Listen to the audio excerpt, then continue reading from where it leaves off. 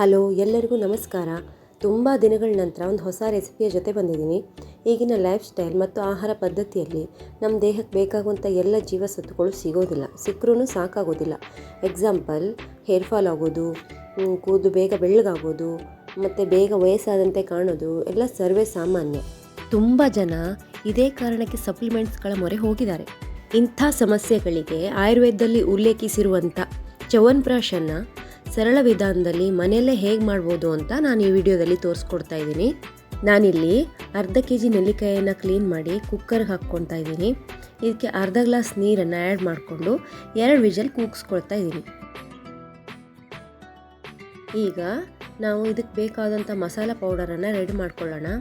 1 ಮುಷ್ಟಿಯಷ್ಟು ಕಾಳುಮೆಣಸು, 2ರಿಂದ 3 ಸ್ಪೂನು ಬಡೆ ಸೊಪ್ಪು, 2ರಿಂದ 3 ಸ್ಪೂನು ಜೀರಿಗೆ, 10 ಏಲಕ್ಕಿ, ಆಮೇಲೆ 1 ಸಣ್ಣ ಚಕ್ಕೆಯ ಚೂರು, 1/4 ಭಾಗದಷ್ಟು ಜಾಯಿಕಾಯಿಯ ಚೂರು, 1 ಅರ್ಧದಷ್ಟು ಚಕ್ರಮೊಗ್ಗು, 10 ಲವಂಗ. ಇದಿಷ್ಟನ್ನು ಹಾಕಿ ಚೆನ್ನಾಗಿ ಹುರಿತಾ ಇದ್ದೀನಿ. ಇಲ್ಲಿ ಹಾಕಿರೋ ಪ್ರತಿಯೊಂದು ಮಸಾಲೆ ಐಟಮ್ ಕೂಡ ಒಂದೊಂದು ಮಹತ್ವವನ್ನು ಪಡ್ಕೊಂಡಿದೆ. ಈ ಮಸಾಲೆ ಐಟಮ್ಗಳೆಲ್ಲ ಚೆನ್ನಾಗಿ ಹುರಿಬೇಕು. ಹಾಗೆ ಇದು ಪೂರ್ತಿ ತಣ್ಣಗಾದ ನಂತರ ಮಿಕ್ಸಿ ಜಾರಿಗೆ ಹಾಕಿ ನೈಸಾಗಿ ಪೌಡ್ರ್ ಮಾಡ್ಕೋಬೇಕು. ನೆಲ್ಲಿಕಾಯಿ ಇಷ್ಟು ಪ್ರಮಾಣದಲ್ಲಿ ಬೆಂದಿರಬೇಕು. ಆಗಲೇ ಅದರೊಳಗಿರೋ ಬೀಜವನ್ನು ರಿಮೂವ್ ಮಾಡೋಕ್ಕೆ ತುಂಬ ಈಸಿ ಆಗುತ್ತೆ. ನೆಲ್ಲಿಕಾಯಿಗಳಲ್ಲಿರೋವಂಥ ಬೀಜಗಳನ್ನೆಲ್ಲ ರಿಮೂವ್ ಮಾಡಿ ಬೇಗ ತಣ್ಣಗಾಗಲಿ ಅಂತ ಒಂದು ಅಗಲವಾದ ಪ್ಲೇಟ್ನಲ್ಲಿ ಹಾಕಿ ಇಟ್ಕೊಳ್ತಾ ಇದ್ದೀನಿ. ನಾನಿಲ್ಲಿ 10 ಡೇಟ್ಸು, ಆಮೇಲೆ 20 ಡ್ರೈ ಡೇಟ್ಸು, ಆಮೇಲೆ 50 ಒಣ ದ್ರಾಕ್ಷಿಗಳನ್ನು ನೀರಲ್ಲಿ ನೆನೆ ಹಾಕ್ತಾ ಇದ್ದೀನಿ. ನೀರಲ್ಲಿ ಚೆನ್ನಾಗಿ ವಾಶ್ ಮಾಡಿಕೊಂಡು ಆಮೇಲೆ ನೆನೆ ಹಾಕ್ಕೊಳ್ಳಿ. ಇವೆಲ್ಲವನ್ನು ನಾನು ಓವರ್ ನೈಟೇ ಸೋಕ್ ಮಾಡಿ ಇಟ್ಕೊಂಡಿದ್ದೆ. ಯಾಕೆಂದರೆ ಇದರೊಳಗಿಂದು ಬೀಜವನ್ನೆಲ್ಲ ನೀಟಾಗಿ ತೆಗಿಬೇಕು ಅಂದರೆ ಅದು ಚೆನ್ನಾಗಿ ನೆನಿಬೇಕು. ಇವೆಲ್ಲವನ್ನು ಹಾಕಿ ಮಾಡೋದ್ರಿಂದ ನಿಮ್ಮ ಚ್ಯವನ್ಪ್ರಾಶ್ ತುಂಬ ಸ್ವೀಟಾಗಿ ಬರುತ್ತೆ, ತುಂಬ ಹುಳಿ ಅಂತ ಅನಿಸಲ್ಲ. ರಾತ್ರಿ ನೆನೆ ಹಾಕಿದ ಡ್ರೈ ಫ್ರೂಟ್ಸ್ಗಳ ಬೀಜಗಳನ್ನೆಲ್ಲ ತೆಗೆದು ರೆಡಿ ಮಾಡಿ ಇಟ್ಕೊಂಡಿದ್ದೀನಿ. ಈಗ ಒಂದು ದೊಡ್ಡ ಮಿಕ್ಸಿ ಜಾರಿಗೆ ಇದನ್ನು ಹಾಕ್ತಾ ಇದ್ದೀನಿ.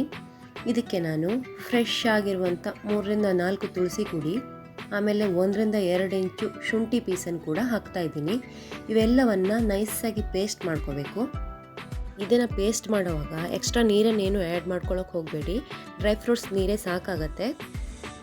ಈ ಪೇಸ್ಟನ್ನು ಒಂದು ಪಾತ್ರೆಗೆ ಹಾಕಿಟ್ಕೊಳ್ಳಿ. ಅದೇ ಮಿಕ್ಸಿ ಜಾರ್ನಲ್ಲಿ ತಣ್ಣಗಾದಂಥ ನೆಲ್ಲಿಕಾಯನ್ನು ಹಾಕಿ ನೈಸಾಗಿ ಪೇಸ್ಟ್ ಮಾಡಬೇಕು. ಒಂದೇ ಬಾರಿ ನೆಲ್ಲಿಕಾಯಿ ಪೇಸ್ಟ್ ಮಾಡೋಕ್ಕಾಗಲ್ಲ. ಸೊ ನಾನಿಲ್ಲಿ ಸ್ವಲ್ಪವೇ ನೆಲ್ಲಿಕಾಯನ್ನು ಹಾಕಿ ರುಬ್ಬಿಕೊಳ್ತಾ ಇದ್ದೀನಿ.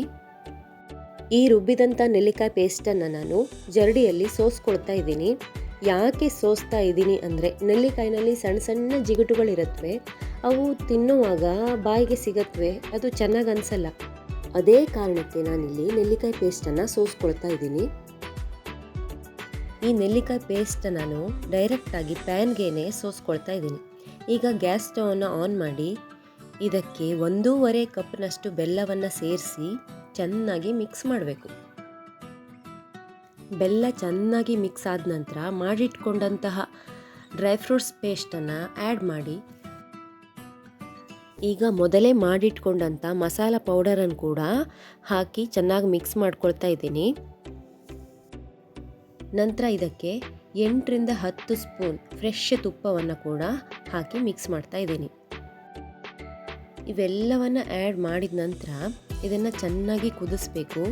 ಇದು ತಳ ಹಿಡಿದೇ ಇರೋ ಥರ ಚೆನ್ನಾಗಿ ಮಿಕ್ಸ್ ಮಾಡ್ತಾ ಕೈ ಆಡಿಸ್ತಾ ಇರಬೇಕು.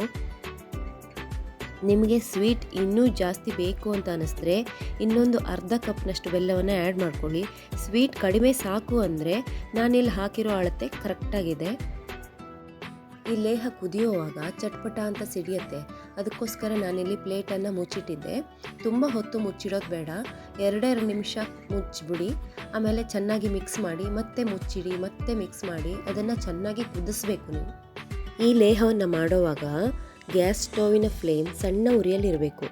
ನೀವು ದೊಡ್ಡ ಉರಿ ಮಾಡಿದರೆ ತಳ ಹಿಡ್ಕೊಬಿಡತ್ತೆ.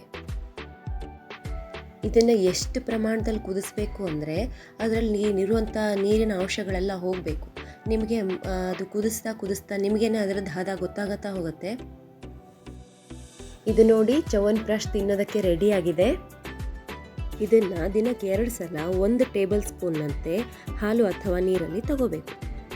ಈ ಲೇಹ ಪೂರ್ತಿ ತಣ್ಣಗಾದ ನಂತರ ಒಂದು ಸ್ಟೀಲ್ ಡಬ್ಬ ಇಲ್ಲ ಅಂದರೆ ಗಾಜಿನ ಡಬ್ಬ ಯಾವುದ್ರಲ್ಲಾದ್ರೂ ತುಂಬಿಟ್ಕೊಳ್ಳೋಣ.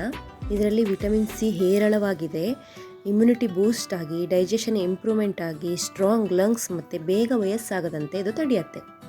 ನಾನಿಲ್ಲಿ ಯಾವುದೇ ಪ್ರಿಸರ್ವೇಟಿವ್ಸನ್ನಾಗಲಿ ಹಾಕಿ ಮಾಡದೇ ಇರೋದ್ರಿಂದ ತುಂಬ ದಿನ ಹೊರಗಿಟ್ಕೊಳ್ಳೋಕ್ಕಾಗಲ್ಲ. ಸೊ ಇದನ್ನು ನಾನು ರೆಫ್ರಿಜರೇಟರ್ನಲ್ಲಿ ಸ್ಟೋರ್ ಮಾಡ್ಕೊಳ್ತಾ ಇದ್ದೀನಿ. ಒಮ್ಮೆ ನೀವು ಕೂಡ ಟ್ರೈ ಮಾಡಿ ನಿಮ್ಮ ಅಭಿಪ್ರಾಯಗಳನ್ನು ನಮ್ಮ ಜೊತೆ ಶೇರ್ ಮಾಡ್ಕೊಳ್ಳಿ.